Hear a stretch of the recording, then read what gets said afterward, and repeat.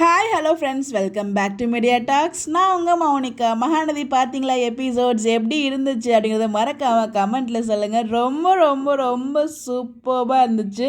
ஐயோ, குறும்புக்கார சேட்டைக்கார விஜயை பார்க்குறதுக்கு அவ்வளோ ஒரு சூப்பர்பாக இருந்துச்சுங்க எனக்கு எபிசோடு. ஸோ அவரோட வாய்ஸ் மாடுலேஷன் கண்டிப்பாக இருந்துட்டுல அவரோட வாய்ஸ் ஆர்டிஸ்ட் விக்கிக்கு ஒரு பெரிய ஹேட்ஸ் ஆஃப்.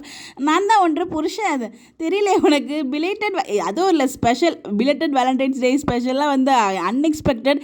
எதுக்குடா சம்மந்தமே இல்லாமல் ரோஸ் வச்சுட்டு வந்திருக்காரு வாயிலன்னு சொல்லி நான் வந்து ப்ரோமோ பார்க்கும்போது தான் நினச்சேன். ஆக்சுவலாக பேபிக்கு பிலேட்டட் வேலண்டைன்ஸ் டே விஷ் பண்ணுறதுக்காக தான் வந்திருக்காரு. ஸோ ரொம்ப ரொம்ப நல்லா இருந்துச்சுங்க. பேக்ரவுண்டில் வந்து பார்த்தீங்கன்னா வெறும் அந்த ஹாட்டினாக போகுது, அந்த அப்படியே கண்ணிலேருந்து அப்படியே அழகாக அந்த அம்பாரி வரல, அது எல்லாமே ரொம்ப நல்லா. இன்னொரு பக்கம் காவேரியோட எக்ஸ்பிரஷன்ஸ் அப்பா செம்ம. ரெண்டு பேரும் இவங்க ரெண்டு பேருக்குமே தனியாக ஒரு வீடியோ பேசணும். இது ஃபுல்லாக எபிசோட் மட்டும் வந்து பேசுவோம்.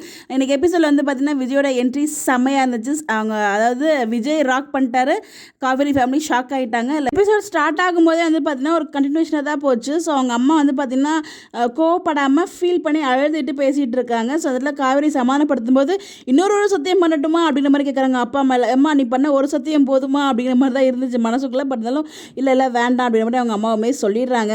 Morning Ragini good morning message, இது தேவையா அவங்களுக்கு? அவங்களே வந்து மண்டலி தலையில் போட்டுக்கிட்ட மாதிரி தான்.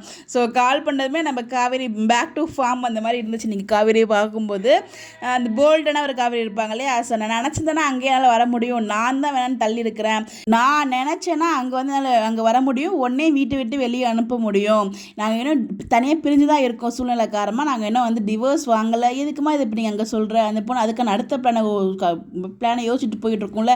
நான் அந்த பொண்ணு என்ன பிளான் யோசிச்சாலும் நம்ம விஜய் வந்து அதுக்குள்ள அலோவ் பண்ண மாட்டார். பட் இருந்தாலும் அதுக்கான சூழ்நிலையே உருவாக்கிடுச்சுன்னா மேபி அதுக்காக தான் இந்த மாதிரி ஒரு டைலாக் கொடுத்துருப்பாங்களோ அப்படின்ற மாதிரி எனக்கு ஒரு ஃபீல் இருந்துச்சு. பட் அதெல்லாம் தாண்டுங்க, எப்படா விஜய் வருவார் தான் எதிர்பார்த்துட்டு இருந்தோம். ஸோ இந்த சீன் முடிஞ்ச உடனேயே விஜயோட அல்டிமேட் என்ட்ரி வந்து இருந்துச்சு. அதில் வந்து நம்ம காவிரி ஒரு டைலாக் சொல்லுவாங்க, இனிமேல் வெளியிலாவை பார்க்கக்கூடாது அப்படின்னு சொன்னால் கண்டிப்பாக அதை அவர் கேட்பாரு. பட் அவர் அந்த அந்த மாதிரி இக்கட்டான சூழலில் தள்ளி விடுறதுக்கு நான் விரும்பலை அப்படிங்கிற மாதிரி சொல்லுவாங்கல்ல. ஸோ இந்த லெவலுக்கு விஜய் புரிஞ்சுக்கிட்டு பட் அம்மாவோட அதாவது ஒரு டபுள் மைண்டடே இருக்காங்க. அதுக்கு காரணம் வந்து விஜயோட அந்த முன்னாடி பண்ண விஷயந்தான். கண்டிப்பாக எல்லாத்தையுமே வந்து மாற்றி நம்ம ஹீரோ வேறு லெவலில் கொண்டு போயிடுவார். பட் என்ன தான் அவர் பண்ணியிருந்தாலும் அவர் பார்த்ததுமே காவேரிக்குள்ள வந்து நம்ம அவர் தான் பார்க்குறோமா அப்படின்ற மாதிரியும் அவங்களுக்குள்ள ஒரு ஹாப்பினஸ் ஃபீலுமே இருந்துச்சு. அவங்க வீட்டில் அவங்க அம்மாலாம் கேட்கும்போது ஆமாம் நான் பார்த்தேன்னு சொன்னால் எதுக்கு நீ அவன் நினப்பாவே இருக்கியா அப்படின்பா, எதுக்கு வம்புன்னு தான் அப்படின்ற மாதிரி வந்து சொல்லிட்டு இருப்பாங்க. பட் காவேரி விஜய் அந்த சீன்ஸ் இருக்கு பாருங்க, செமையாக இருந்துச்சுங்க. ஃபஸ்ட்டு என்ட்ரி கொடுக்கும்போது அப்படியே நம்மளுக்கு ரெண்டு கண்ணு பொத்தாது போல் அந்த சீன்ஸ்லாம் பார்க்குறதுக்கு. நம்ம ராகினி பண்ண விஷயத்தை வந்து பார்த்தீங்கன்னா கங்கா கிட்ட சொல்லிட்டு வராங்க. அப்போ வந்து ஏன்டி இப்படி இருக்காரு, அவர் ஒன்று மனசால் அவர் நமக்கு தான் அது கான்டாக்ட்னு தெரியாது, அவளுக்கு தெரியும் தானே, அப்படியும் ஏன்டி போயிட்டு அவள் மனசில் ஆசையை வளர்த்துக்கிட்டா அப்படிங்கிற மாதிரி பேசிகிட்டு இருக்காங்க. அதான் நீ விடுமா, அதான் வேலைக்கு போனால் அட்லீஸ்ட் அவங்க ரெண்டு பேரும் மீட் பண்ணுறதுக்கு பாசிபிள் இருக்குது. இப்போ தானே வீட்டில் பிஸ்னஸ் பண்ண போகிறா, இனிமேல் விஜயாளுக்கு எந்த பிரச்சனையும் இருக்காதுமா அப்படின்னு சொல்லி வாய் மூடிட்டு திரும்பாங்க. பார்த்தா அவங்க வீட்டுக்கிட்டே வந்து நம்ம விஜய் நிற்பார். அம்மா அப்படின்னு சொல்லி செம ஷாக்காவாங்க. அதில் அந்த அத்தைன்னு சொல்லிட்டு குதிச்சு ஓடுவார் இல்லையா, அது எல்லாமே ரொம்ப எக்ஸ்பிரஷன் செம்ம க்யூட்டுங்க நம்ம தலை.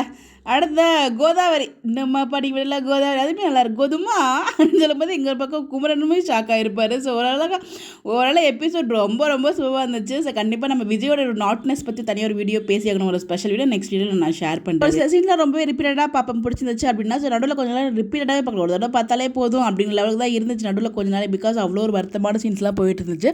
ரொம்ப நாளைக்கு அப்புறம் நம்ம வந்து ஒரு ஹாப்பியாக ரிப்பீட்டட் மோடில் பார்க்குற மாதிரி ஒரு சூப்பர்பான ஒரு ப்ரோமோ வந்து பார்க்க முடிஞ்சிச்சுங்க. என்ன சொல்கிறது, வார்த்தை இல்லைகள். இன்றைக்கி எபிசோட் பார்க்கும்போது உங்களுக்கு என்ன தோணுது? நீங்கள் எபிசோட்ஸ் பார்த்தீங்களா, எப்படி இருந்துச்சு இருக்கிறதுக்குலாம் மறக்காமல் கமெண்ட்டில் சொல்லுங்கள். Bye bye.